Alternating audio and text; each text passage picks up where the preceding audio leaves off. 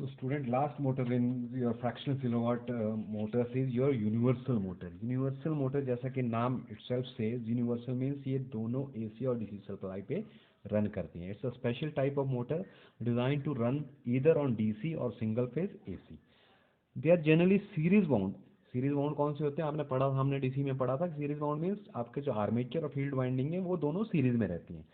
और आपको पता था कि जब हमने सीरीज मोटर पढ़ी थी तो सीरीज मोटर का टॉर्क जो बहुत हाई था, वो हमने देखा था उनकी एप्लीकेशन भी ऐसी जगह पे होती है जहाँ पे हाई स्टार्टिंग टॉर्क चाहिए होता है, राइट. तो यहाँ पे भी इसका स्टार्टिंग टॉर्क बहुत हाई होता है, इसलिए ये भी यूनिवर्सल मोटर भी ऐसी जगह पे यूज होते हैं जहाँ पे आपका जो टॉर्क है बहुत हाई चाहिए हो, right. Construction of series motor में आप देख लें कि इट इज, जैसे कि आपने देखा डीसी सीरीज मोटर की तरह इसकी कंस्ट्रक्शन होती है. फील्ड वाइंडिंग है, आपने देखा फील्ड वाइंडिंग लगी हुई है. फील्ड वाइंडिंग और जो आपके आर्मेचर वाइंडिंग है वो दोनों सीरीज में है. यहाँ देखिए आप, फील्ड को भी वही वाइंडिंग है ये जो आपके आर्मेचर को गई हुई है, ठीक है. सो स्टेटर है, उस पर पोल्स हैं आपके माउंट किए हैं स्टेटर पे, नॉर्थ और साउथ पोल जैसे कि डीसी में होते हैं, राइट. और जो एक चीज़ जो डिफरेंस है यहाँ पे सीरीज मोटर के साथ वो ये थी कि ये जो फील्ड सर्किट और ये आर्मेचर सर्किट है इसका, ये दोनों सर्किट जो है लैमिनेटेड होते हैं. क्योंकि आपको पता है जब इसको आप एसी पे काम करेंगे तो एसी में क्या होता है कि एडी करंट लॉसेस बहुत ज़्यादा हो जाते हैं. तो इन एडी करंट लॉसेस को रिड्यूस करने के लिए आपने देखा ट्रांसफार्मर में भी हम लोग जो जो स्ट्रक्चर था, जो सिंगल एक स्ट्रक्चर होता है उसको हम instead of using one single structure we use a structure which is having laminates होती हैं उसमें, जो तो ये एक दूसरे के साथ हमने वो उसको लैमिनेशंस को एक दूसरे के साथ हमने इंसुलेट किया होता है, ठीक है, राइट.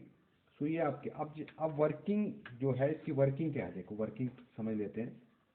अब यूनिवर्सल मोटर में वर्किंग क्या है, जब आप एसी और डीसी सप्लाई देंगे तो क्या होता है, ये फील्ड बन गई और यहाँ आर्मेचर की भी फील्ड बन गई. और हमने देखा था कि करंट कैरिंग कंडक्टर, क्योंकि करंट कैरिंग कंडक्टर है, और करंट कैरिंग कंडक्टर जब एक मैग्नेटिक फील्ड में पुट होते हैं तो दे एक्सपीरियंसेस अ फोर्स. यही प्रिंसिपल था मोटर का हमारा कि जब current carrying conductor when place in a magnetic field it experiences a force.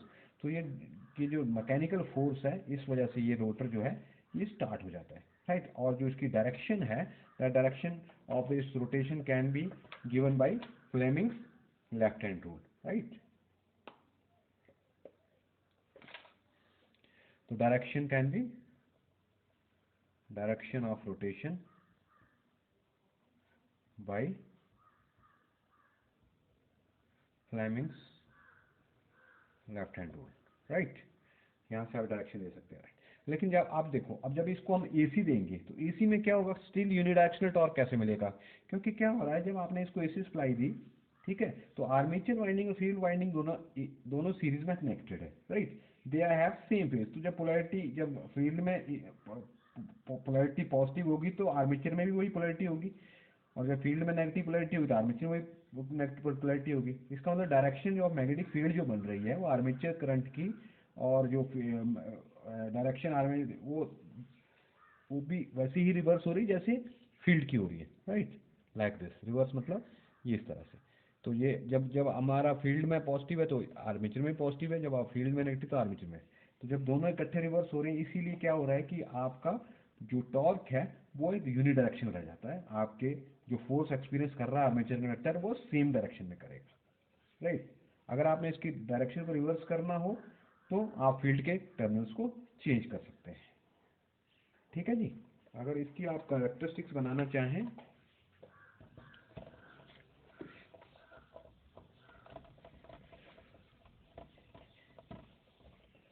तो इसकी एक्चुअली डीसी और एसी की दोनों डिफरेंट कैरेक्टरिस्टिक्स बनेगी. स्पीड टॉर्क कैरेक्टरिस्टिक बनेंगे. अगर मैं इसको ऐसे बनाऊं, स्पीड और टॉर्क, इधर आपका स्पीड आ गई और इधर आपका टॉर्क आ गया. तो आपने देखा कि जो डीसी सीरीज मोटर की जो जैसे आती है, so it will have a direction like this और it will have a direction like this. ये एसी के लिए आएगी, इसमें एसी सप्लाई. और जब डीसी सप्लाई देंगे तो इसकी ऐसी आएगी डीसी सप्लाई. ये इसकी टॉप स्पीड कैरेक्टरिस्टिक्स हैं,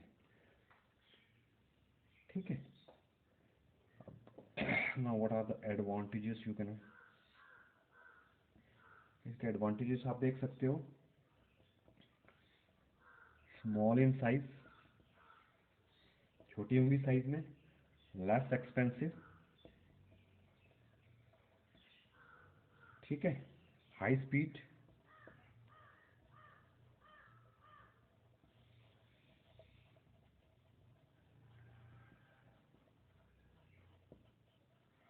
3600 आरपीएम से लेकर 25,000 आरपीएम तक की आपको यूनिवर्सल मोटर्स मिल जाएंगी।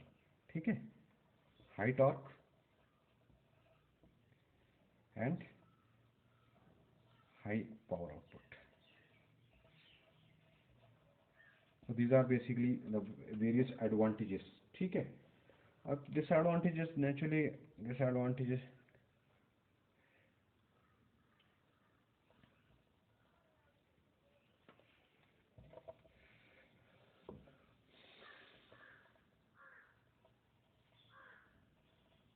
क्योंकि ये ब्रश कम्यूटेटर का इसमें यूज होता है तो कम्यूटेशन एक प्रॉब्लम आएगी। It has poor commutation on AC operation. DC में ऑपरेशन होगा तो कम्यूटेशन का कोई इशू नहीं आएगा, और दूसरा नॉइजी हो जाएगी। ठीक है, आपने देखा होगा आपके घर में मिक्सी वगैरह है, वो बहुत ज़्यादा नॉइज़ करती है क्योंकि कम्यूटेटर ब्रश जो है उसमें लगे होते हैं। ठीक है, और थोड़ी वाइब्रेशंस भी इसमें ज़्यादा होते हैं।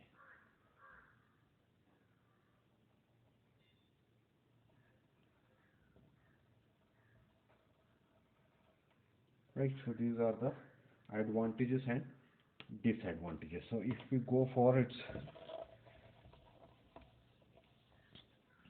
ठीक है, एप्लीकेशन अगर हम देखें, अब क्योंकि ये हाई स्टार्टिंग टॉप ये है, स्टार्टिंग टॉप इसका हाई होता है। ठीक है, इसकी जो एप्लीकेशन है सबसे पहले हम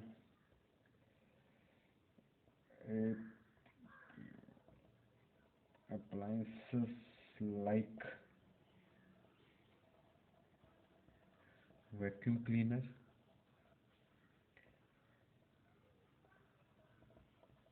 drink and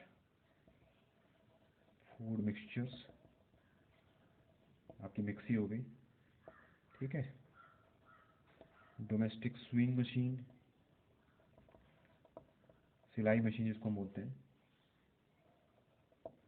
ठीक है, hair dryers,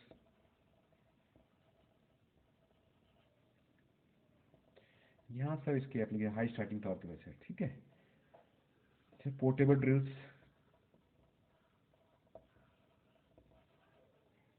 blenders,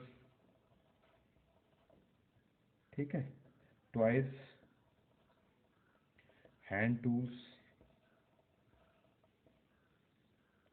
electric typewriter,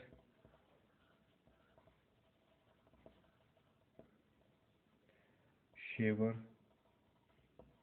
तो ये सारी जहाँ पे आपने देखा होगा ये सारी एप्लीकेशंस हैं जो आपकी एक यूनिवर्सल मोटर की होती हैं। Right, so with this we have completed your single phase induction motor chapter और फ्रैक्शनल किलोवाट हॉर्स पावर जिसको हम बोलते हैं FW, fraction kilowatt horse power motors. Fine, so next chapter में, नेक्स्ट वीडियोस में हम लोग देखेंगे कि आपका स्पेशल मशीन्स जो हैं उस पर हम करेंगे। ठीक है, थैंक यू।